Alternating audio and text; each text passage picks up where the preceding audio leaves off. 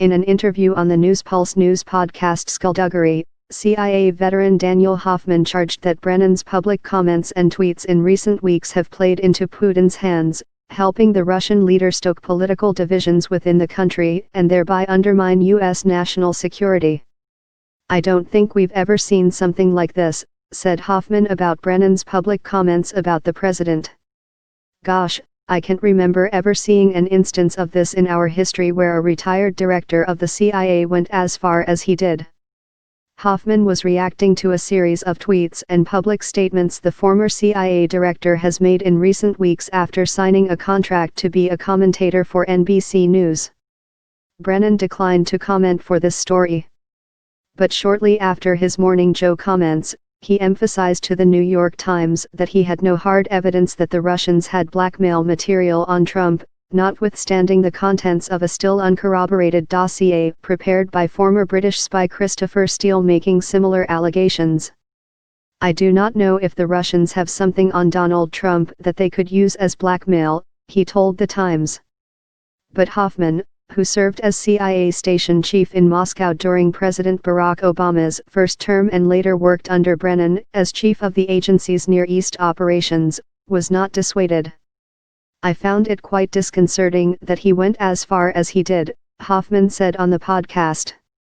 "Basically, accusing the president of being subject to blackmail by Vladimir Putin is an extraordinarily strong statement to make and carries with it a lot of damage. The people hearing that, the viewers, not just in our country but worldwide, would presume that John Brennan, based on his former position, would actually know the answer to that Russian blackmail question. There's no speculation there. He was the director of the CIA. He knows a lot. The nuance is lost on those who heard John Brennan's statements." Hoffman first detailed his discomfort with Brennan's public comments in an article he wrote this week for the Cipher Brief, a website that specializes in coverage of the U.S. intelligence community. The article got attention because Hoffman is the first CIA insider to publicly call out Brennan over his post-government comments. He wrote in the piece that Brennan's tweets were cringeworthy and that, in his public statements, partisanship reached a new low and they were shocking to intelligence officers, who expect former and sitting CIA directors to carefully parse their words, especially when speaking to the media.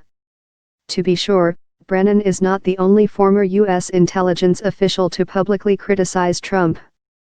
Many of these officials were offended when, in one of his first acts as president, Trump visited CIA headquarters and, while standing in front of the Hall of Stars honoring former officers who died in the line of duty, devoted much of his talk to boasting of the crowd size at his inaugural speech. "Look, freedom of speech is something we all value in this country," Hoffman said. "But I think, if I could be so presumptuous to say, that as a retired director of the CIA and Russians like to say there's no such thing as a former intelligence officer, that just doesn't exist for them, you almost want to say that you almost take the Hippocratic oath of doing no harm to our national security when you're exercising your freedom of speech." Hoffman noted that a principal goal of Putin's influence operations against the United States was to stoke partisan tensions within the country and undermine the public's faith in the government, including the intelligence community. In that sense, he argued, Brennan inadvertently aided Putin in his goals. "What Vladimir Putin wants is what John Brennan delivered," said Hoffman. "Brennan," he said, drove the partisan wedge between the two parties that much deeper. Democrats and Republicans are at each other's throats over just about everything. It's hard for them to agree on anything. When you have a retired director of the CIA immersing himself in this dialogue in a not so productive way, that's going to drive that partisanship to a new low.